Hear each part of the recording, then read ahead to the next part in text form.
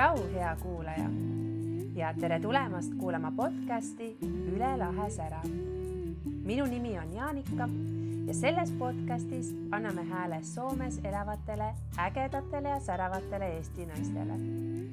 Olgu tegemist siis elulise mõtiskluse, isikliku teekonna, eduloo, suure väljakutse või hoopis natukesega neist kõigist. Mul on teile varuks palju põnevaid veel kuulmata lugusid. Mõnusat kuulamist!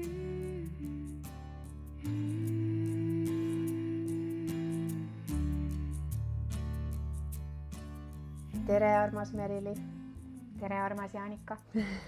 Oi, kui armas tervitus meil kohe siin alguses on.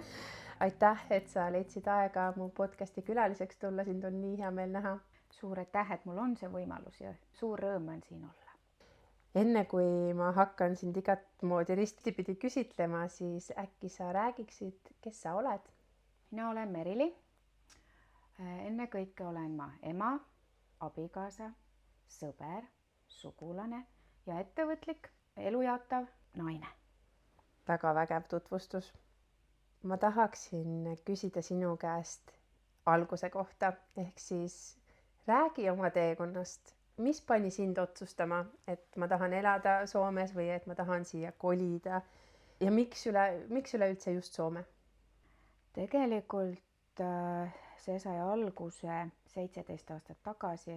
Minu laste isa tuli Soome tööle ja kuidagi see pereelu saada toimima. Tuli otsus, et mina tulen lastega ka Soome. Ehk siis elukaaslane töötas Soomes ja siis sa kolisid ka siia? Just, et väikesed lapsed ja siis tuli otsus, et tulen Soome. Kuidas see kõik siis käis? Tulid lihtsalt siia ja hakkasid muudkui kohanema? Põhimõtteliselt, aga minu, ma arvan, suur õnn oli see, et minul oli sõbranna, koolikaaslane siin oma perega ees. Tema abiellus Soome mehega ja siis see oli nagu minule väga-väga suur õnn ja selline tunne, et keegi on alati olemas ja teab, et ei ole üksi. Ja koos me saime seda aega veeta, kui meie lapsed olid väikesed ja see algus läks küll kenasti ja valutult. Mis oli seal päris alguses sinu arust kõige lahedam, et sa kolid siia teise riiki ja asjad on ikkagi natuke teistmoodi, et mis oli äge? Kõige ägedam esimene kogemus oli see, kui ma läksin lastega nädalavahetusel parki mängima ja vaatan. Ohoo, isad lastega ja mina ainuke ema oma lastega. Et see oli selline väga vau. Tõepoolest oli selline vau-efekt ja siuke hästi kihvt kogemus.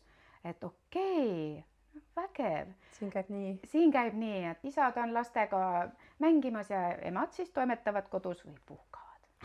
Jaa, see on äge ja mul tuleb kohe meelde see Katri Telleri Blondcasti mingi osa, kus ta rääkis just sellest, et kui isad on lastega mänguväljakul, siis me nagu ülistame, et vau, et issand kui äge, et aktiivsed issid. Aga siis kui emmed sinna lähevad, see on niisugune basic värk, tavaline. Just. Ei tule mingit kiidulaulu. Ei, just nii, et see oligi kuidagi minu jaoks teissugune lähenemine asjale ja see kuidagi hakkas juba see minu kasvamine pihta, et okei, et siin on see ju normaalsus ja ma loodetavasti ka, tegelikult nüüd, kui me nüüd mõtleme, siis on Eestis ka see väga palju muutunud, et see on tore muutus, aga see oli selline esimene vau-efekt. Vau, et okei, ja vägev. Ja see on küll vägev ja ma ise ka mäletan nagu samu mõtteid, mõtlesin päris tihti, et sa lähed mänguväljakule, seal on kissid. On väga vägev. Endal on ka sama kogemus, et see ongi tore, aga ma olen päris kindel, et asjad ongi muutunud ja see on tõesti väga teretulnud muutus. Absoluutselt. Jagatud vanemlus. Absoluutselt. Okei, no tulid Soome, kõik oli tore, mänguväljakul olid issid, aga mis oli raske seal, kui sa ikkagi alustad uues riigis oma eluga ja pisikeste lastega? Ilmselgelt paberimajandus.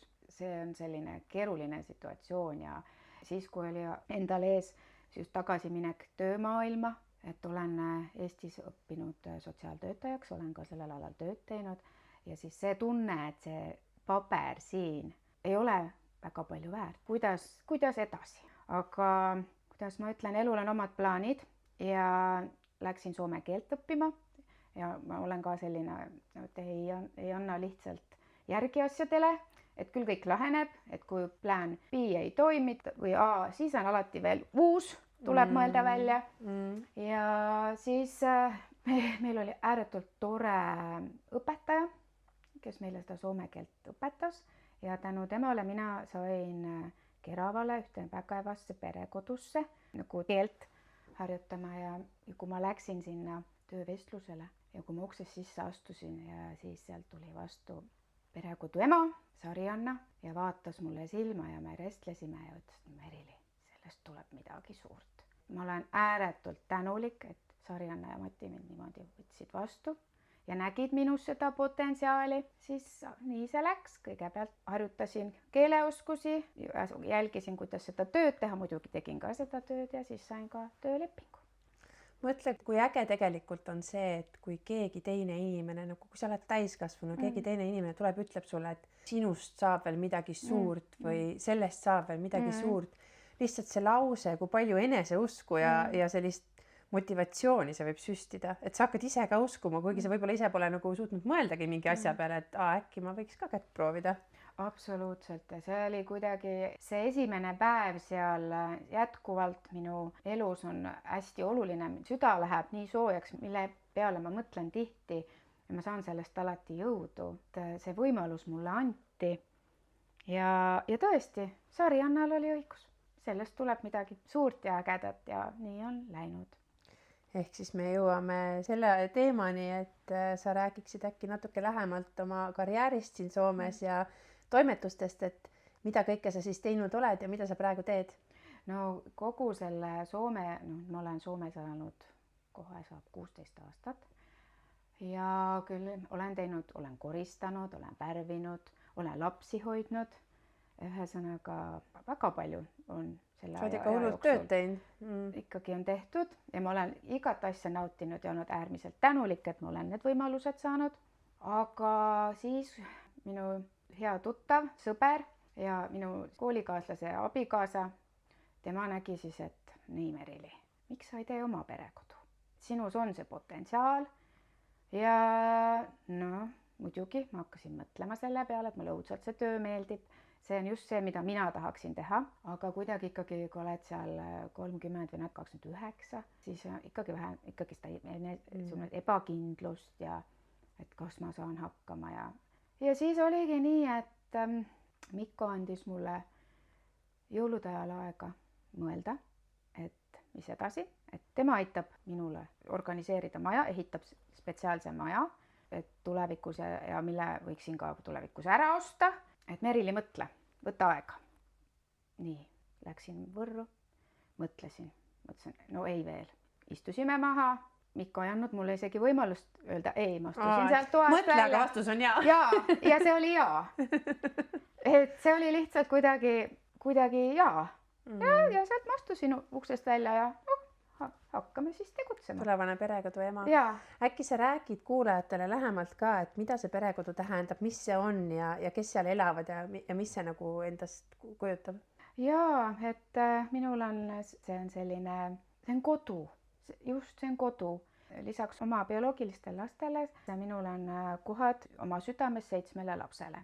Ja alguses oli 5 kohta, aga siis aeg läks edasi ja siis üks väga vahva ja tore sotsiaaltöötaja teadis, et minul on seal ruumi ja helistas, et Merile, et nüüd kiiresti, et tal oleks 2 last minu juurde. Perekodu tähendab seda, et meie toimime seaduse järgi. Meil käivad kontrollid, meil on palju koosolekuid, see on nagu jagatud vanemlus, aga meid on nagu rohkem kui tavalises peres. Ehk siis seal peavad töötama sotsiaalhoolekande seaduse all töötavad professionaalid. Just. Ja seal on nagu siis lapsed. Just.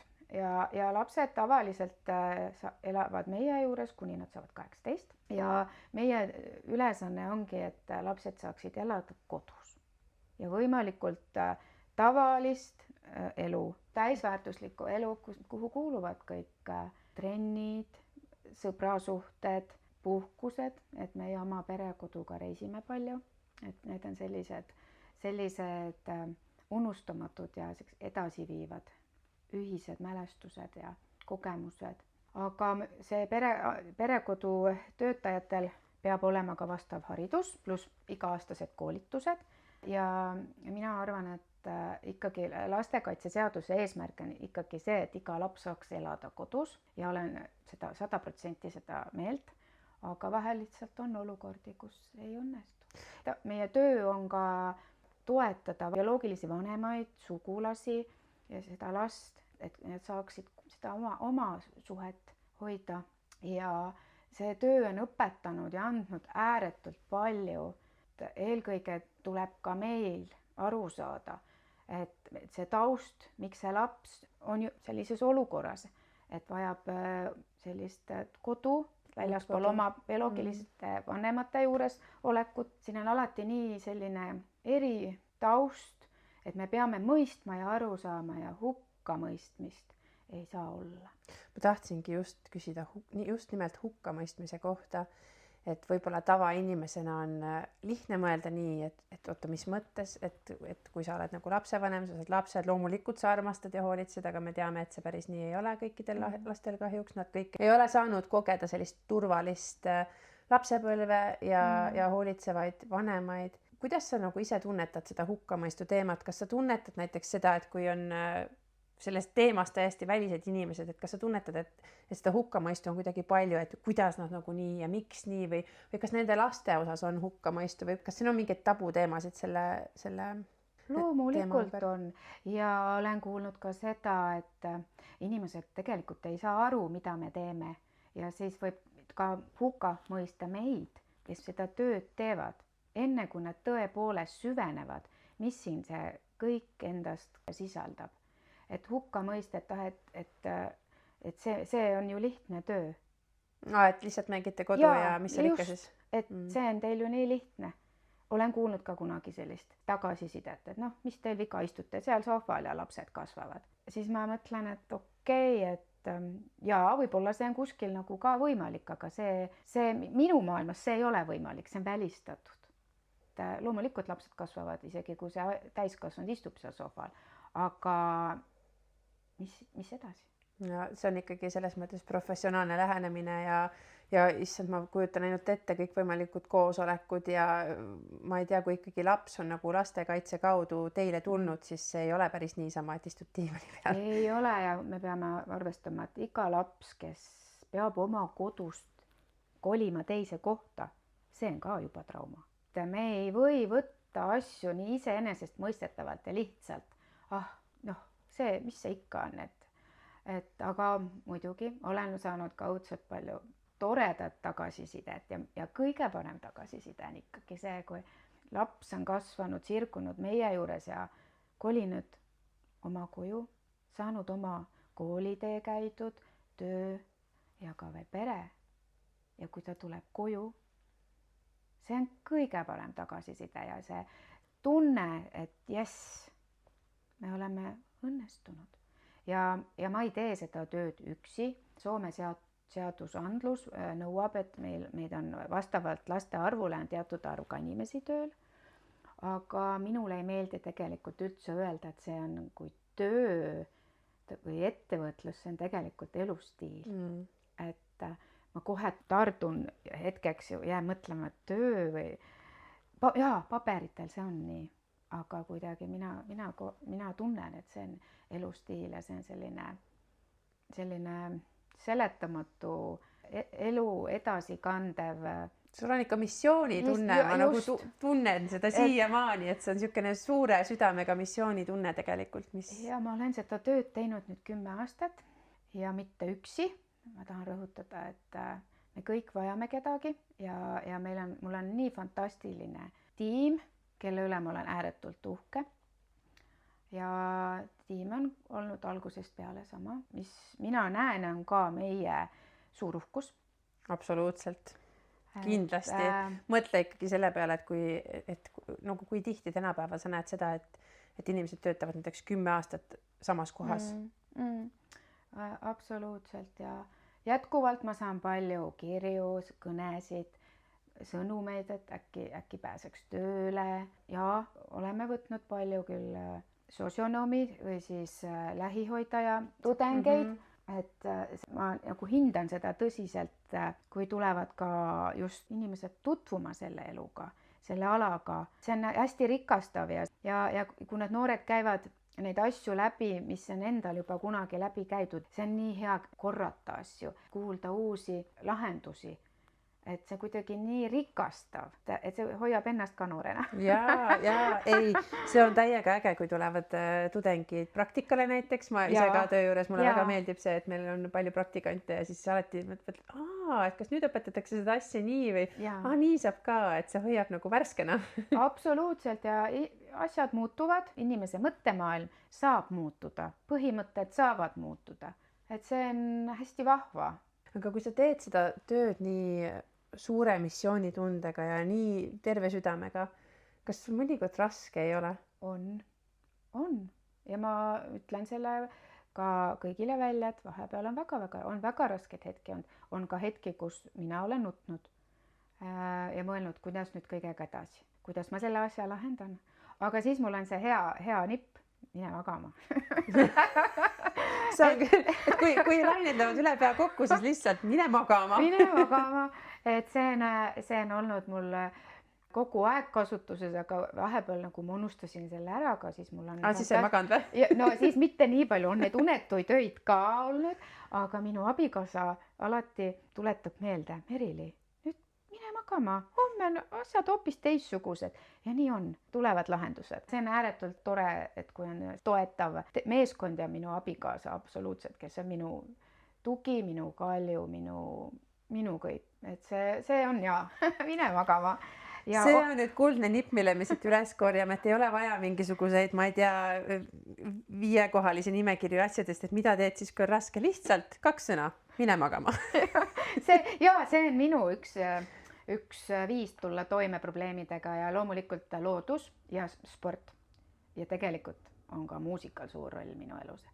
Muusikal siis kas sa musitseerid või sa kuulad või kuidas see? Kuulan, no tegelikult ma laulan ka päris palju. Mulle vahepeal ikkagi ma mõtlen, kui me lastega sõidame ja siis tuleb see raadiost 90-ndate muusika ja siis lapsed päris tihti kõik vaatavad, mis mõttes?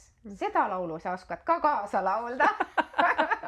Ja et sellised olukordi väga palju, ja ma olen selline suht, mulle meeldib tantsida ja mul ei ole nagu probleemi, et kui tuleb hea laul raadiost, et siis mul juba keha lööb juba takti. Ja tihti ma võtan lapsed ka kaasa, et nüüd kuulge, nüüd peaks tantsima. Et ma hindan väga palju muusikat oma töös ja õigemini elustiilis ja minu bioloogiline tütar on olnud muusikaklassis, et meil on kuidagi see muusika hästi tähtis ja ma olen ise põhikoolis ka laulnud 9 aastat koorilaulus, et see on kuidagi alati olnud selline südamelähedane ja kui lapsed mängivad meil pille ja meil on ühised kontserte seal kodus.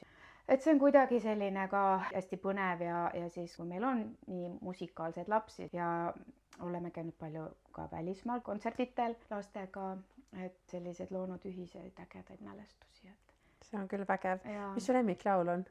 Lemmiklaul? Või kas või mitu? Jah, kas või mitu.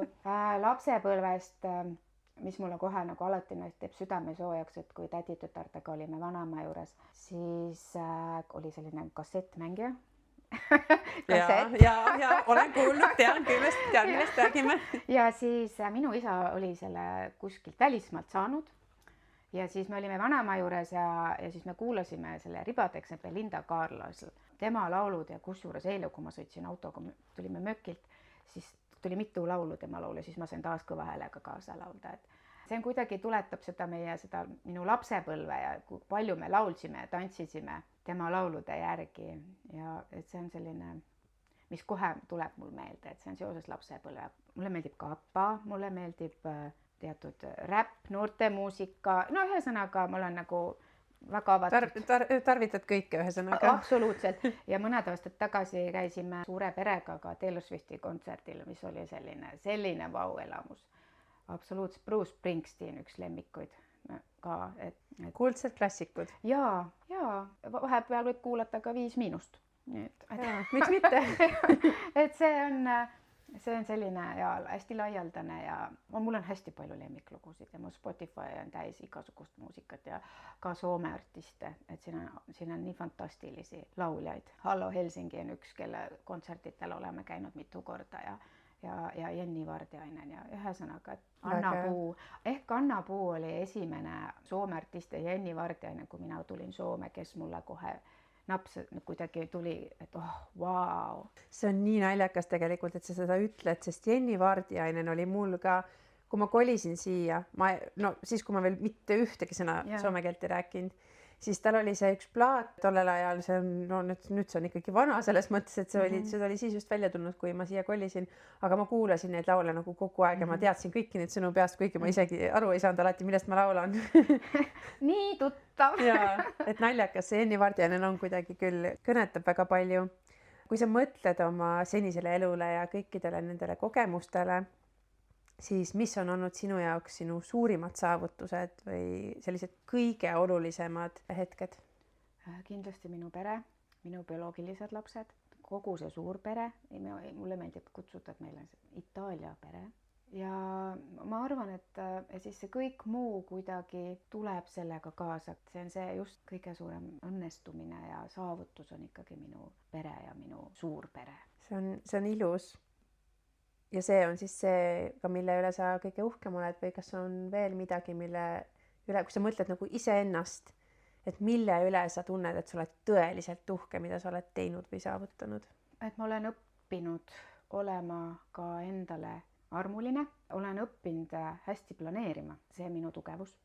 Ja kõige uhkem ikkagi olema selle üle, et mul on selline võime tulla toime just kriisiolukordades, et kuidas ma hakkan tööle. Kas see kriis just kui sütitab sind? See sütitab mind ja saab kuidagi leidma lahendusi, et see, et ma olen seal eluteel õppinud, ei tasu jääda ühte punkti, vaid leiame lahendusi. Ja selle üle ma olen äärmiselt uhke ja see ei ole tulnud lihtsalt see õppimine, see äratundmine. Need on need asjad ja need on väga vajalikud asjad minu töös, minu elus, ma arvan meil kõigil.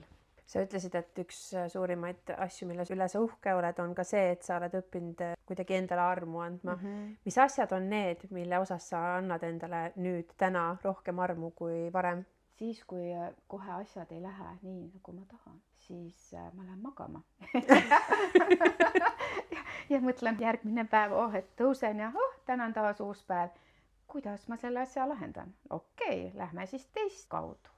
Et selles mõttes selles kohas olla on kindlasti see vajanud seda kuule Meril, et nüüd rahune, mõtle, küll need asjad lahenevad ja alati asjad lahenevad. Ja siis see ka, et ma olen õppinud seda, et tegelikult kõik need kriisiolukorrad või pettumused või ebaõnnestumised tegelikult ju kasvatavad. Siis ma oma peas üritan läbi käia, et mõtle, võib-olla poole aasta pärast sa naerad selle olukorra peale. No tegelikult päris tihti nii lähebki. Sellel hetkel see on ju nii raske, kui tundub tõesti, et issand jumal, nagu mis jama, nagu mida ma nüüd teen. Sellel hetkel on nii raske tõusta ja mõelda, et okei, küll see asi ka kuidagi laheneb, aga... Ei, see ongi, siis ongi jälle tuleb võtta need kuskilt sealt oma mälust meeldetuletused, et stopp, kõik laheneb. Kõik olukorrad lõppevad, tuleb uus olukord. On see õnnetunne, on see kurbuse tunne, tegelikult need on hetked ja need mööduvad, aga siis tulevad jälle uued. See on küll üks asi siin elus, et absoluutselt kõik läheb mööda. Just. No kui on hästi tore, siis on veits kahju, vaata, mõtled, et teeme, et võiks natukene kauem olla, aga halbade asjadega on ka nii, et need lähevad mööda, need lihtsalt nagu mitte ükski asi ei saa mitte kunagi kesta lõpmatuseni, et kõik asjad lähevad mööda. Absoluutselt ja see on selline hästi edasiviiv ja õpetlik. Tegelikult me õpime kogu elu, aga on palju asju, mida ma olen elu jooksul õppinud ja eks ma olen ikkagi natukene crazy ka. Räägi sellest lähemalt. No mul tulevad ikka vahepeal ikka väga ekstreemsed mõtted ja olukorrad ja tahan kõike korraldada ja siis eks inimesed mu lähedal on aru saanud ka, et ega alati nagu ei saagi võib-olla pidureid tõmmata, et tulebki ära kuulata ja siis tegelikult tulevad ikka kõik väga hästi kaasa. Ja. Sa räägid oma abikaasast? Abikaasa on ja väga toetav, absoluutselt, et meil on nii äge huumor ja ma olen abielus, minu abikaasa on soomlane ja et see meie ühine tee ja see suurpere elu on lihtsalt nii äge olnud ja ta on nii toetav ja arusaaja ja ma olen nii õnnelik. Lihtsalt, et kogu see tiim, kes mu ümber on, et ka minu ema on minuga koos, teeb perekodu ja minu sõbrad ja muidugi ma olen ääretult tänu Mikole, kes kunagi nägi minus seda potentsiaali ja tegelikult sellega on veel teine lugu, et oli siis see minu perekodu siis 4 aastat olnud natuke peale, siis Mikko ütles, kuule Merile, et kui sul kuidagi tuleb palju inimesi, võtab ühendust, et äkki sa tahad teha veel teise perekodu.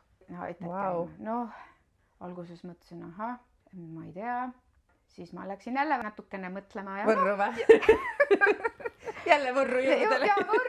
Siis ei olnud küll jõulud, siis oli suvi, aga jah, järve ääres seal kuskil ja mõtlesin, aga miks siis mitte? Mul oli ümberringilt vahvaid inimesi, kes tulid kaasa, et seal on oma perekodu vanem, vastutav inimene. Ma olen nii tänulik neile ja omad töötajad, et on ka 6 kohta ja oma vahva Itaalia pere seal ja mina siis vastutan kogu selle majanduspoole pealt ja kogu oma tiimi pealt, et mul on nii ägedad inimesed ümberringi. Ehk et siis põhimõtteliselt 13 lapsel või 13 lapsele on kohti jätkuvalt saada elus teine võimalus. Tänu sinule. Tänu meile kõigile. Mina olen just see, võib-olla ütleks see vedur ja siis teised kulgevad kaasa. Aga me teeme seda koos. See on kindlasti nii, et üksinda ei saa midagi nii suurt ära teha, et alati peab olema äge tiim. Aga ikkagi ma julgeksin siinkohal toonitada ka seda, et kui sa oleksid ikka nagu nõme inimene, siis sul ei oleks nii toredad inimesi su ümber, et need inimesed, kes su ümber on ja tahavad olla ja tahavad toetada, tahavad asju koos teha, sa pead ikka olema siuke korralik päikseline energiapomm ja siuke positiivne inimene, et inimesed tahavad sinuga koos neid asju teha. Ja ma olen saanud teise perekodu emalt tagasisidet, ta ütles, et kui ta mind esimest korda nägi ja meil oli vestlus, ta ütles, et vau, oma peast võib-olla mõtles, et ta ei tea ikka, kas see on see asi. Kui me olime koos rääkinud, ta oli jaa. Sul on hea veelmis jah, sul on Mikko efekt täpselt. Et see on nii vahva ja ma olen nii tänulik, nagu, et nad on kõik julgenud tulla minuga seda teed kulgema. Sest see on tegelikult ikkagi suur vastutus, see ei ole lihtsalt niisama, aga ikkagi see tundub nii õige, kui sind kuulata. See tundub nii õige ja see on suur vastutus. Siin on ääretult palju bürokraatiat, ääretult palju. Iga aastaga läheb see raskemaks. Aga samas ma olen ka seda meelt, et peab olema neid kontrolle, peab käima asju läbi. Aga lihtsalt see võiks jääda rohkem inimlikumaks, et see teatud asjad viivad ära juba seda aega, et me saaks olla rohkem lastega. See bürokraatia tahab meid rohkem sinna kontori poole peale. See ei meeldi mulle nii palju. Loomulikult ma teen need asjad ära ja ma üritan teinekord teha seda ka oma ööune arvelt, et ma saaks lastega teha, sest meie lapsed, meil on trennid, jalgpall, muusika, üritused, kontserdid, kellel on ühesõnaga neid minekuid on nii palju ja mina tahan, et iga lapse elus jagame koos. Ühesõnaga, et paremat ettekujutust saada, siis mõelda võib-olla nii, et sul on 7-lapseline pere pluss veel omad lapsed ja siis nad käivad koolides, lasteaedades, trennides, on söögitegemised, kõik elamused ja siis sa pead kogu aeg kirjutama, mida nad teevad. Just. Põhimõtteliselt. Ja, pluss kõik kohtumised. Ja koosolekud, teraapiad, arstil käigud, aga ja nagu ma ütlesin, tegelikult see kuidagi minu planeerimine. Mul on 10 aasta kalender. See on äge. Tänapäeval see on äge, kui on inimesi, kellele meeldib ikka veel käsitsi kalendrisse kirjutada. Mina olen ka üks selline, ma tean, et ma olen veits fossiil selle koha pealt, aga see on ainukene koht, kuhu ma saan käsitsi kirjutada, sest kõik asjad on netis. No ma ei taha, et mul on kõik asi seal telefonis. Okei, sorry, nüüd ma tean, et võib-olla tuleb nagu väga palju mingi what? Ei, ma armastan seda kalendrit ja meil on perekodu täiskasvanud, meil on ka oma eraldi veel kalender olemas, aga see on kõige parem viis, et kui keegi tuleb kuskilt ja kõik pannakse sinna kirja minekut ja tulekut ja ma ei tahaks, et teeme nüüd mobiilsed kalendrid, et Google Mapsid ja jutud, et siis ma kardan ka seda, et kui teised on just kodus, ikkagi nad võivad sealt kuskilt leida selle kalendri sealt ja hakata vaatama, ei tea, mis homme tööl on või on, mis täna on, olgugi, et olen kodus. Kõik on nii südamega ja siis on ikka, ma tahan, et see oleks eraldi. Kas on selline töö, sinu arust, kus on võib-olla natukene raske ka hoida töö ja eraelu eraldi? ei, minul see ei ole raske. Ja tegelikult on meil ka nii, et minu armsad kaaskäijad, nende lapsed on ka, et kui me lähme perekoduga reisile, siis meid on tõesti palju. Siis tulevad kõigi kaaslased, lapsed, me teeme koos hästi palju. See on ikkagi elustiil. See on äge. See on tõeliselt imetlusväärne, et sa sellist asja ja teie kõik sellist asja teete. Ja siis meil on see, et me oleme ise ka sportlikud, ma olen pannud kõik mäesuuska õppima, suusatama, kellele meeldib, on jäänud, käime suusatamas, üritame käia iga aasta. Me oleme käinud golfi õppimas, täiskasvanud, et seda oma aega, et mul on hästi oluline, et me kõik koos ka teeme toredaid asju, me täiskasvanud just, ja teeme trenni koos. Et meil käib nagu nii-öelda need perekodu töötajad. Ja vahepeal teeme koos lastegagi, koos trenni, pilatest ja jõusaalis oleme käinud ja see on nagu aastaid olnud see, millest mina ei loobu ja on tore, et kõigile meeldib. Aasta tööandja. Võib-olla. Nii on. Ja nüüdki, kui meil oli sünnipäev oktoobris, et tähistasime seda, et 10 aastat on seda perekodu olnud ja siis nüüd me lähme täiskasvanud siis ka väiksele väljasõidule Nitsasse juunis, et see on ka minu viis kõiki tänada ja te olete minuga ja kulgete minuga, et üheskoos kulgeme, et see on selline vahva kogemus. Tõesti tore. Elus on kindlasti olnud palju tõeliselt suuri saavutusi ja uhkeid hetki, aga meil kõigil on tagasilööke ja küsiksingi sinu käest, et mis on sinu jaoks olnud sinu elu suurimad tagasilöögid ja kuidas sa nendega toime oled tulnud? Minu isa kaotasin oma isa, olin 23, kui minu isa kahjuks lahkus meie seast. See on olnud üks minu suurim kaotus, aga ma tean, et ta on väga uhke minu üle ja meil oli isaga väga hea suhe, toetav ja kindlasti isal on ka suur roll olnud just selle minu töö ja see minu olemusel. Minu isa oli hästi positiivne ja selline kuidagi alati lahendusi leidev. Alati ja mulle meeldisid temaga väga pikad vestlused vahest hilisöötundideni, et oli hästi toetav ja eks ma ikka tema silmatera olin, et issi, no mis nüüd on vaja, kas ma saaksin selle ja no okei. Nii armas. Et see on ja selline vahva kogemus, elus kandev ja loomulikult on igasugused erinevaid selliseid valusad lööke elus olnud ja minu tütre sünd oli väga vaevaline, et ma olen nii õnnelik, et kõik lõppude lõpuks läks hästi. Aga mis kindlasti pani ka mind väga palju mõtlema, see juhtus kõik 1 aasta jooksul. Isa kaotus ja ise võitlesin oma elu eest, kui laps sündis tütar ja tema võitles oma elu eest. Et see kuidagi kõik on hästi palju kasvatanud, aga ma ei andnud kunagi alla. Kuidagi ma olin ikkagi ääretult positiivne ja kui 3. päev tuli, et teie laps nüüd organid toimivad ja läheb paremaks, siis tee hetk oli seal haiglas see tunne, et kuule, kes siin maailmas organiseerib neid asju ja saadab meile neid, et kui sa tahad, võta mult kõik, võta absoluutselt kõik või anna mu laps tagasi. Nii ta tegi ja ma olen tänulik, et ma sain oma lapse ja ta on noor, täiskasvanud, ääretult armas noor naine, kes mõtleb ka sotsiaalalal õppimist, tähendab ülikooli katsed on tulemas nüüd juunis. Muidugi ta saab valida oma tee, toetan ja armastan ja minu bioloogiline poeg on see, tema saab ka 17, et see on, nemad on minu uhkus, aga just neid pettumusi ja selliseid on ikka elus olnud, et neid kaotusi aga kuidagi tuleb elus edasi minna, leida see jõud ja oma terviseprobleemid on mul olnud, mingi aeg olid väga aktuaalsed ja see tunne, et kuidas ma siis nüüd kõik asjad organiseerin ja siis tuli küll mul selline tunne, et palju veel. Minul on nii suur vastutus ja siis mulle antakse veel kuhjaga lihtsalt mingeid kummalisi probleeme. No elu on kuidagi väga habras. Elu on habras ja sellepärast ma arvan, ma teen seda tööd veel rohkem ja veel südamega, sest et see just elu on nii habras ja mina tahan, kui ükskord oleme seal vanad või aeg minna, et ma olen elanud ja see, et ma saan seda oma elustiili jagada, pakkuda lastele teistsuguseid kogemusi ja et mida nad saavad võtta oma ellu kaasa. Olgugi, et on palju probleeme ja asju, aga teate, lähme edasi. et on lahendusi. See on ikkagi kuidagi nii, et elus tihti, kui ma ikkagi vestlen nüüd inimestega, nüüd ma olen saanud seda teha oluliselt palju rohkem ja sügavamalt kui võib-olla kunagi varem, siis tekib selline tunne, et need inimesed, kes on pidanud läbi käima midagi väga rasket, mingi klõps käib ära.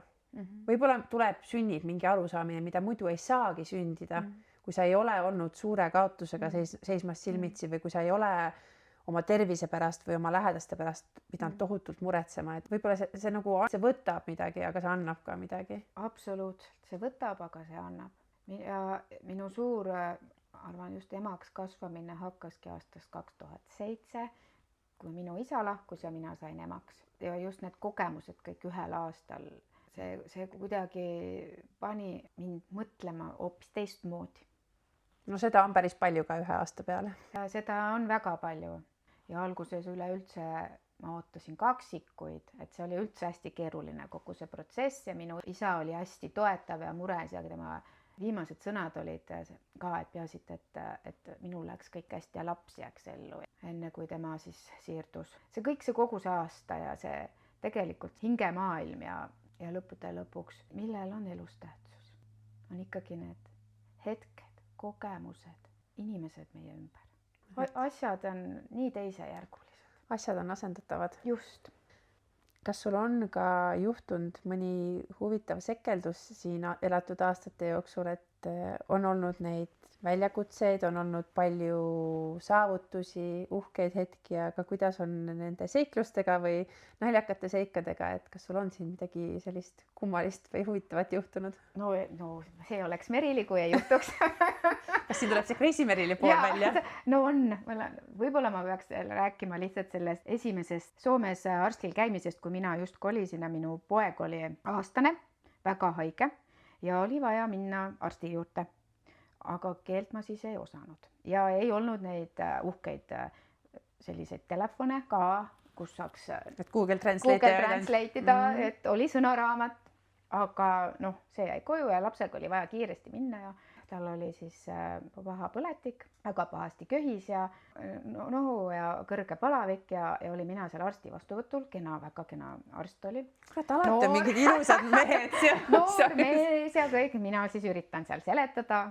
Ma ei tea, mis keeles, aga ikkagi ema meeleheitel, et see ei ole enam hakket, laps on enam ei võta kontakti palju ja nüüd on midagi väga valesti ja arst siis ma üritasin aru saada, et ta küsib ja mis lapsel viga.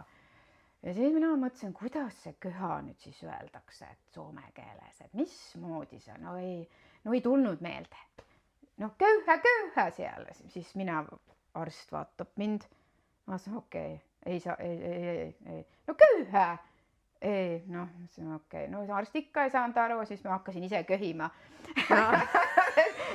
Siis arst on, et see oli nii kaamil, kui ma pärast. Ja ma ju ei teadnud, mida see sõna tähendab. See oli minu enda tuletatud sõna. Aga siis, kui ma sain sellest teada, siis siiamaani me naerame seda, et Merili läheb laps kätele, et köhä, et loomulikult arst pööritas silmi, et mis see noor ema. Ja köhä tähendab?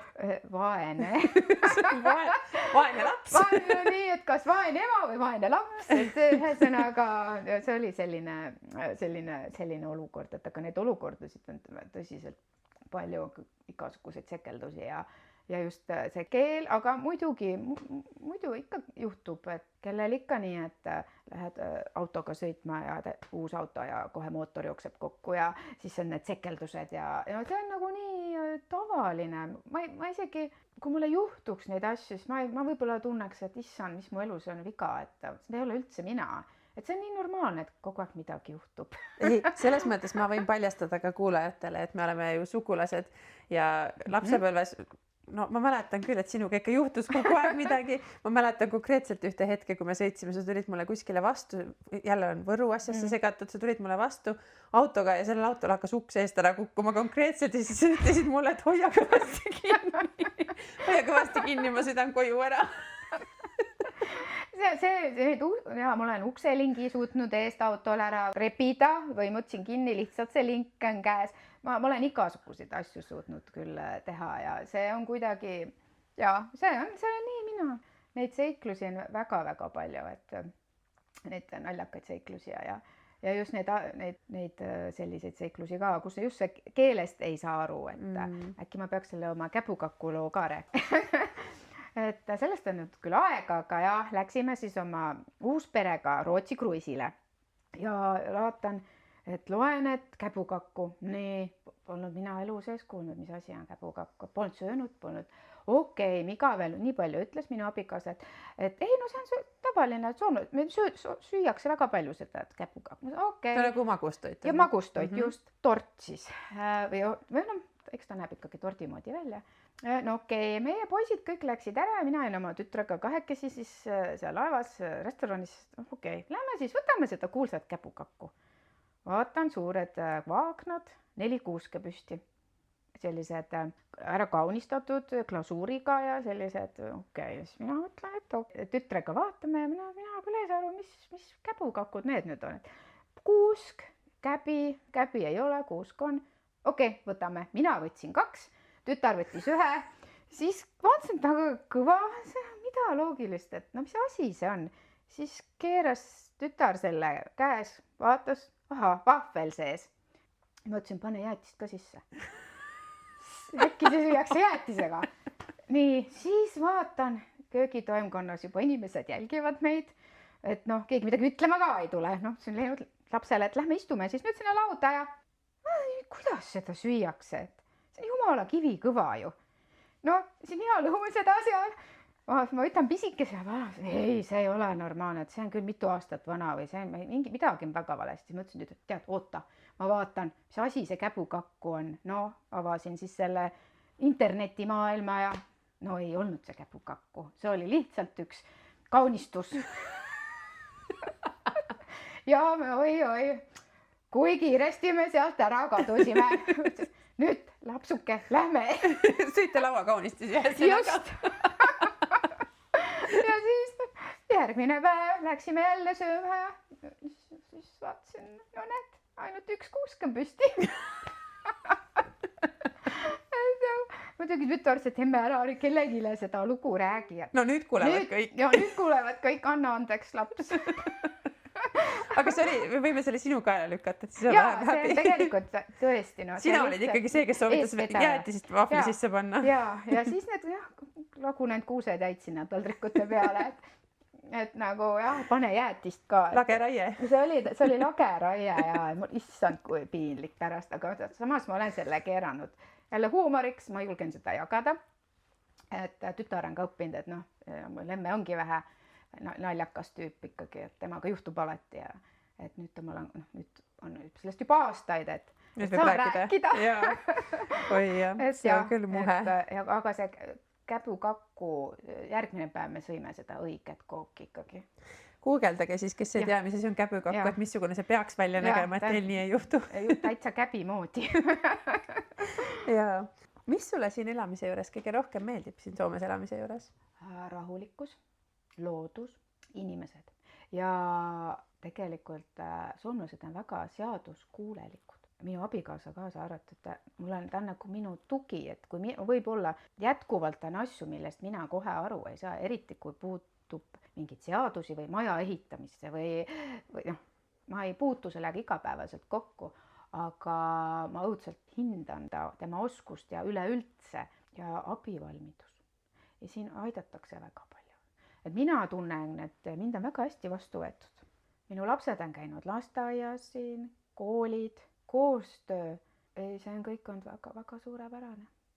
Kas on midagi, mida sa Eestis ka kuidagi väga igatsed? Loomulikult omad lähedased, oma vanaema, aga üritame ikkagi käia tihedalt, nii kui võimalik. Ja see on nii vahva, et me käime ka oma perekoduga. Tihti, nüüd nii tihti, vahepeal oli siin see paus, mis talle oli loodud siis kogu maailma poolt, siin igasugused need koroonajutud ja need asjad.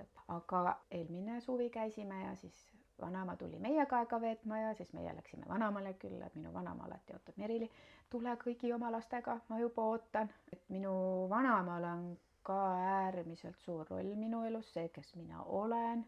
Kuidas tema on kasvatanud ja ka minu vanaisa, kahjuks vanaisa lahkus ka liiga noorelt, aga kuidagi see esimese lapselapse roll olla hoitud ja et ma sain teha seal neid tempusid. Mis tempusid sa siis tegid oma vanaema juures? No näiteks, et täditütartega meil olid ikka need printsessimängud või tegelikult meil oli tädiga ka hästi imelik on öelda tädi, sest meil on ainult 8 aastat vahet, aga saime võtta puhtad kardinad ja endale pähe keerata ja siis mööda põlde kõndida, need lohisesid seal, et olla need printsessid. Et kõik oli lubatud. Ja no oli asju ka, mis ei olnud lubatud, et tiigi juurde ei tohtinud minna ja olid väga sellised, aga siis taas selline lapselik olek, selline loovus ja just nende loomade keskel olemine, laudas toimetamine. Mina olen väga armastan loomi. Mina ei karda lehmi, ei lambaid, et see on kuidagi nii mind kasvatanud ja sellel on nii suur roll, et vanamal need loomad olid, et ma arvan, et see hoolimine ja see kõik algab ka juba just sellest, kui on võimalik olla loomadega ja loodusega kooskõlas ja õppida ja olla. Elasime ju siis ka ikkagi 90ndate algus, et inimestel oli väga raske ja näha seda, kuidas vanamaga jagas seal naabriperedele, lastele, et lapsed tulid küsima, et äkki saaks kartulit või midagi või piima. Et siis seda oma, mida endal oli vähe, aga ta ikkagi jagas seda. See on selline ääretult vahva kogemus. Kuidas sa tunned, et kus kohas on sinu kodu? Sul on nii soojad mälestused mõlema maaga seoses või kas sa üldse seostad seda kuidagi riigiga või kus on see sinu kodu? Ma arvan, et ma enam väga seda ei seosta riigiga, aga ma seostan seal, kus on minu inimesed.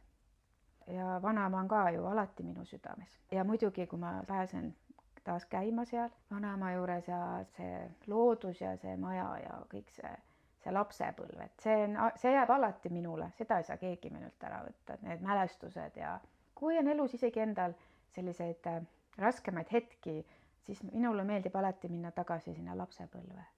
Ja just hästi oluliseks ma pean seal meie vanaema juures, seal maja taga on palju kaskesid. Lapsena mina mõtlesin, andsin igale kasele meie lähedaste nimed.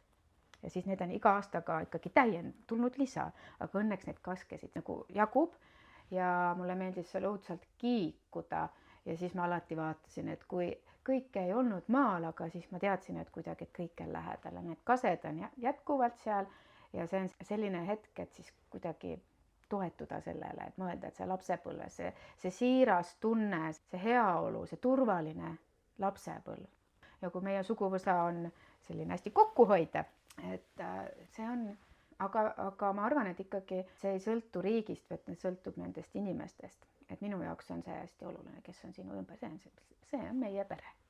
Kui me räägiks äkki veel natukene elu alustaladest, no see on ilmselge, et sinu jaoks on need inimesed ja pere, need, kes on sinu ümber ja sind toetavad ja keda sina toetad, aga ma tahaksin veel küsida, et mida sina veel elus tähtsaks pead ja mida sa hindad kõrgelt, näiteks kui me räägime mingitest teatud harjumustest või asjadest, et nende osas sa läbirääkimisi ei pea, et need on sinu jaoks sellised asjad, millest sa ei loobu. Mis need on? Ausus ja rääkimine, et inimesed rääkige oma muredest, rääkige oma õnnelikest kogemustest, rääkige rohkem, jagage. Ma tean, seda on hästi lihtne, võib-olla tundub, et mulle öelda, aga et kõigile see ei ole lihtne. Aga kui natukenegi saab jagada oma koormat või kuuled teistsugust lahendust, siis see mure väheneb. Tegelikult on ju tähtis see, et meil kõigil oleks hea ja turvaline olla. See elu on nii lühike kuidagi, et seda väärtuslikult elada ja mõelda just seda, et kriisid kasvatavad. Seda ma kogu aeg oma töös kasutan. Ma väga palju seletan ja räägin. Mulle meeldib arutleda, jagada. Tegelikult me ju võime kogeda samasuguseid hetki, aga seal on igas hetkes on erinevaid asju. Ja kui me need jagame, siis see aitab ka teistel tulla toime nende probleemidega. Aga ausust hindan väga. Ja ma olen suht avatud. Väga avatud inimene, muidugi teinekord see võib olla ka selline, et keegi võib seda ära kasutada, aga... Sa tunned, et sind on sellepärast ära kasutatud, et sa oled nii avatud ja positiivne ja tahad head? Kindlasti see jäi rohkem sinna võib-olla teismeeas ja siis ka noor täiskasvanud. Absoluutselt. Siis ma olin rohkem võib-olla ka selline iseenda eest nii palju ei seisnud, aga ma kogu aeg tahtsin hoolitseda teiste eest ja olin nõus oma asjadest või oma mõtetest loobuma, et äkki teisel on parem olla. Ja on ka selliseid olukordi olnud, et mina jätkuvalt, kui mina näen, et lapsed kaklevad tänaval, koolis, kuskil hoovi peal või mina puutun. Või ma näen, et kuskil kellegi tehakse liiga, kutsun kas või politsei, neid seikasid on ka mul palju. Tõmbad kuidagi ligi endale neid sekendusi ikkagi. Ja abikaasa ütles, et issand jumal, et ükskord on nii, et temagi peab hakkama minu eest seal kaklema, sest et mina ju iga kord ma päris tihti, need olukorrad on mõnikord ka isegi ohtlikud, aga lõpuks ikkagi lahenevad. Kutsud Tuusulasse politseid, ja siis sa lähed Keravale ja sa kutsud seal politsei ja politseinikud tulevad juba vastu. Tšau! Tšau, Merili! No mida sina siin teed? Et siis tuli endal ka juba selline mõte, et okei. See oli nii äge kogemus ja see hetk, aga siis pärast mõtled, okei. Kuidas mina alati nendes hetkedes nagu oma osale liian? Mis sina siin, et mina olingi see, et ma kutsusin, siin on perevägivald tõenäoliselt siin korteris. Mina olingi see, kes helistas. Okei, no hüva Merili. Et selliseid olukordi on ja... Et nüüd sa siis oma arvamustest nii lihtsasti ei loobu? Ei, seda ma olen õppinud, et päris need asjad nii alati, et igal ühel meil on õigus oma arvamusele, aga teinekord tuleb mõelda, et kus sa seda arvamust avaldad, kuidas sa seda avaldad ja kas see on see õige koht ja hetk, aga see kuidagi, et igal inimesel on õigus omale arvamusele. Kindlasti on õigus ja siis on ka sellele inimesele, kes seda arvamust kuulda võtab, tal on õigus otsustada, kas ta teeb sellega midagi või ei tee ja see on ka okei. See on just, et see tähendabki seda, et inimesed räägime rohkem, jagame rohkem. Kas sa oled pidanud täiskasvanuna midagi täiesti nullist kuidagi uuesti õppima või tundnud, et see asi tuleb nagu täiesti uuesti üles ehitada? Kas on mingid sellist elementi sinu elus? Kindlasti on palju, need on palju väikseid ja suuri momente. Mille peale sa mõtled kuidagi, et see asi käib hoopis teistmoodi? Kindlasti, mis see töö on õpetanud teatud neid meetodeid oma töös, mida ma kasutan lastega, noortega. See, mis toimib ühel, ei pruugi toimida teisel. Ja siis just see, et see loovus, et kuidas neid olukordi lahendada, et teinekord ma pean nagu mõtlema, et okei, endale ka aru andma, et see meetod ei toimi. Nüüd sa pead Merili nüüd aru saama, et see lihtsalt ei toimi. On olnud selliseid olukordi, selliseid rasked olukordi, kui minu kingilaps vajab teistsugust abi ja just see, et enda jaoks see, et ma nagu olen nõus sellega, et nüüd minul ei ole enam neid võimalusi teda aidata. See on mul üks väga pikk kasvamise protsess, mis on 6,5 aastat kesnud, et ma olen alati, et ühest uksest sisse aknast välja, et hei, nüüd teeme seda ja seda ja seda ja lõpuks peab ikkagi on see, et aga need ei toimi. Et proovid kõik asjad ära ja ikkagi ei piisa, et mis siis saab. Just, see on selline asi, mida ma olen nüüd veel õppinud, et kuidagi see, et kuidas on võimalik, et mitte kuidagi midagi ei saa. Tuleb jälle mõelda, läbi käia, näha, mis seal tegelikult taga on ja on teatud asju, mida me ei saagi muuta. See on nüüd minu selline pikem protsess olnud nüüd, mida mina olen õppinud ja käinud väga raskelt läbi, et kuidas, mina ei loovuta ju, et kuidas on, aga siis tulebki vaadata ja õppida, et tegelikult me oleme ju kõik teinud ja nüüd ongi teine ajaetapp. Me oleme selle lapsele andnud nii palju.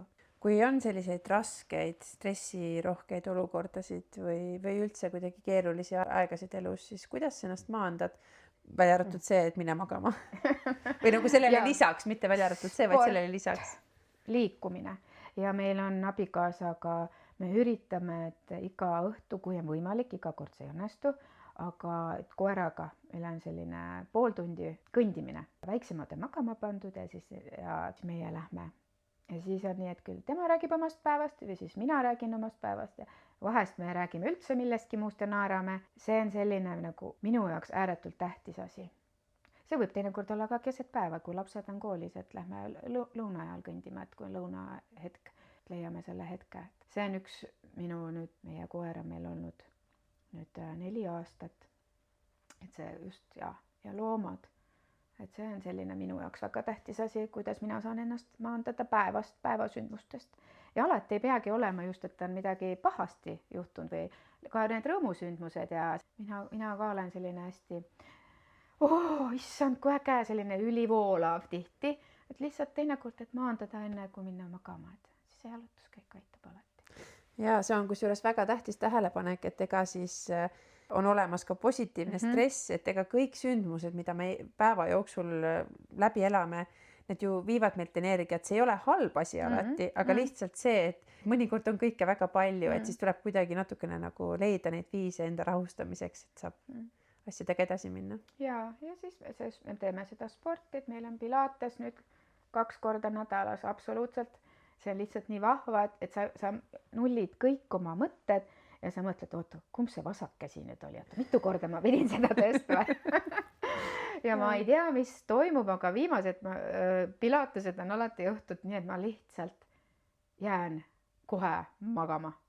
Ja korra ma jäin niimoodi magama, et olin küll teki alla läinud, aga jalad olid üle ääre ja kuidagi käsi kõhu peal, tavaliselt ma magan selja peal, käsi oli üle, no ma olin nagu Ameerika vabadussammas lihtsalt lavasimoodis.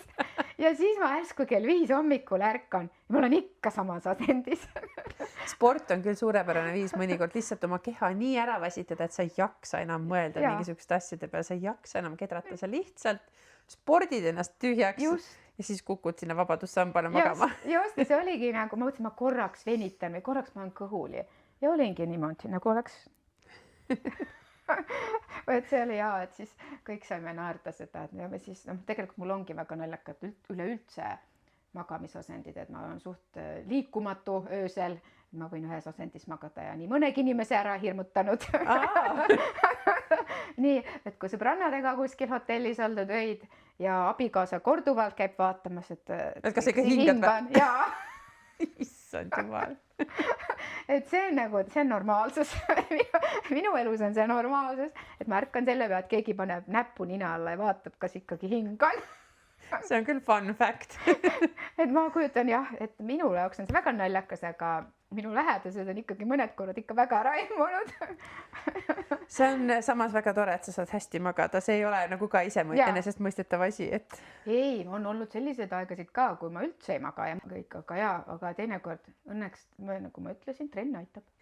Tagantjärele mõeldes, kui sa nüüd saaksid anda nooremale endale nõu või üldse noorematele naistele nõu, ükskõik kas siis nagu mingisuguste elumuutvate otsuste osas või üleüldse elu osas, siis mida sa ütleksid?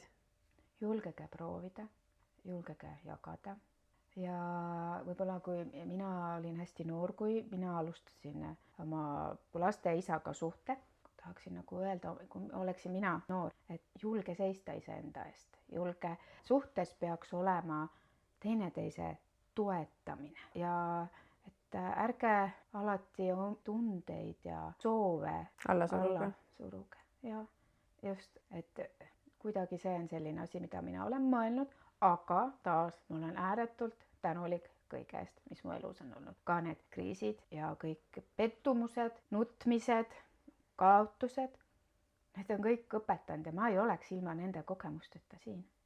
See on fakt. Ja mulle meeldib õudselt minu sõbranna lause, usalda elu loomulikku kulgu. Et vahel tuleb seda ikkagi mõelda ka nii, et usalda elu loomulikku kulgu. Ilmselt eriti siis, kui üldse ei saa aru, nagu mida sa tahad mulle öelda praegu, mis mõttes? See on kuidagi, et vahest lihtsalt elul on mingid plaanid, aga me saame küll valida mingi tee ja jätkame seda reisi. Kui sa mõtled oma tuleviku peale ja oma unistuste peale, siis kus sa ennast 5 aasta pärast, 10 aasta pärast näed ja millest sa veel unistad? Ma teen kindlasti seda tööd. Ma näen, et ma teen seda tööd veel 30 aastat. No elu lõpuni siis ühesõnaga. Absoluutselt.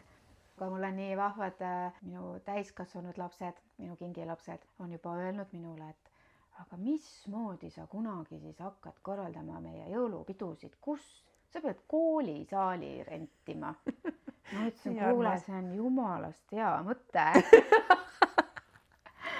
Tõepoolest, me ei mahu enam ja kui meid tuleb jõulude ajal, me tähistame hästi palju ja kooli lõpetamised, sünnipäevad, jõulud, Halloween, kõik mida laps lihavõtted ja meid tõesti on juba väga palju ja see on nii lahe, aga see on hea point, et tõesti, sest et minu noored, neil on ka omad partnerid, olen ka juba vanaema, siis tuleb järjest rohkem neid väikseid uusi peresid ja kõik tahavad ju koju tulla.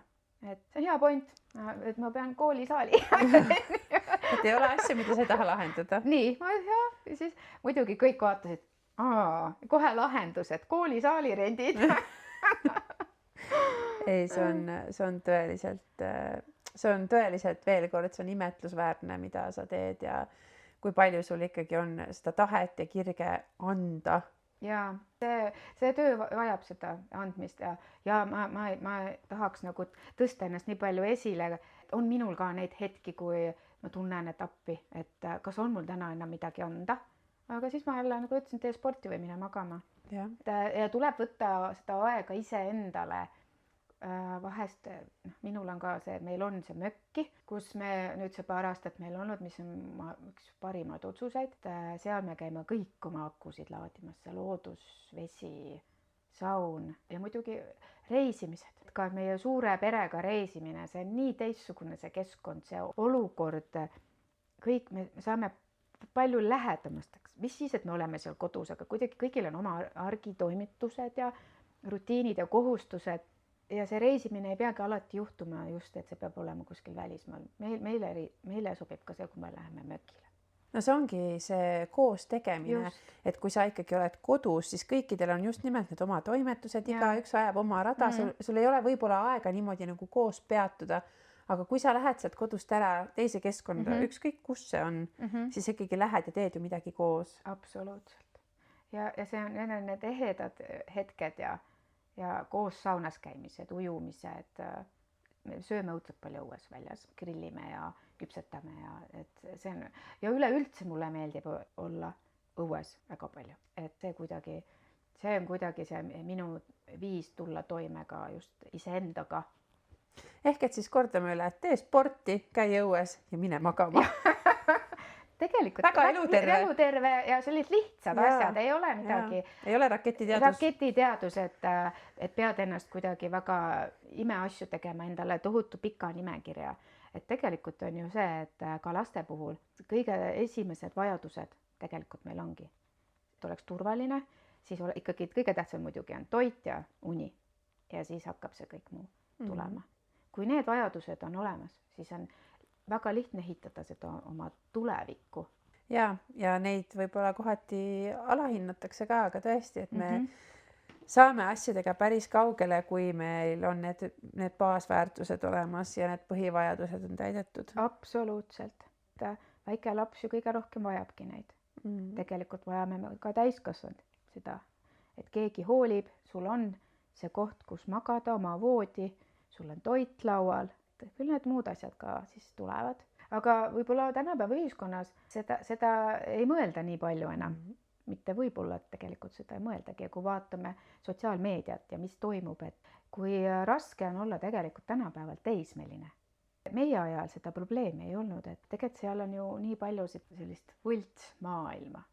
No kui mõelda teismeea peale, siis tegelikult see on selline suur eneseotsimise aeg, sa ehitad oma identiteeti ja kui tänapäeval sellel sotsiaalmeedial on selles kõiges nii suur roll, siis ma ei tea, täiskasvanunagi on vahepeal ennast päris lihtne ära kaotada, sest kogu maailm tuuakse sulle koju, teiste inimeste elud ja teatud hetked nendest eludest tuuakse sulle koju ja tekib väga lihtsalt see võrdlusmoment.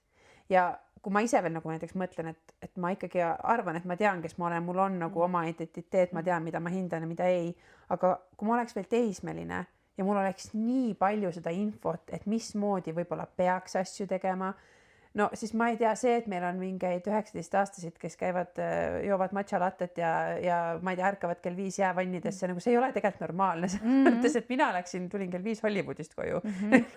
Ma ei ütle, et see on ka nagu see õige viis, aga nagu võib-olla see on jah, nagu väga huvitav mõttekäik, et kui palju keerulisem on tänapäeva maailmas olla teismeline ja otsida ise ennast.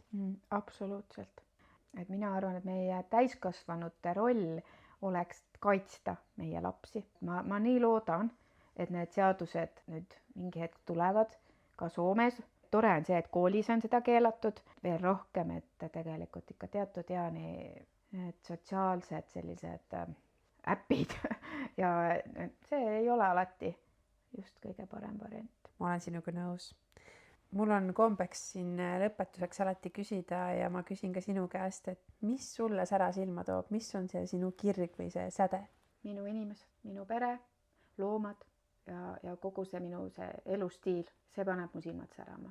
Ja kõiksugused väikesed õnnestumised ka panevad. Loomulikult ka suured, aga just väikesed õnnestumised. Lihtsate asjade võlu. Lihtsate asjade võlu. Ja abikaasa ka.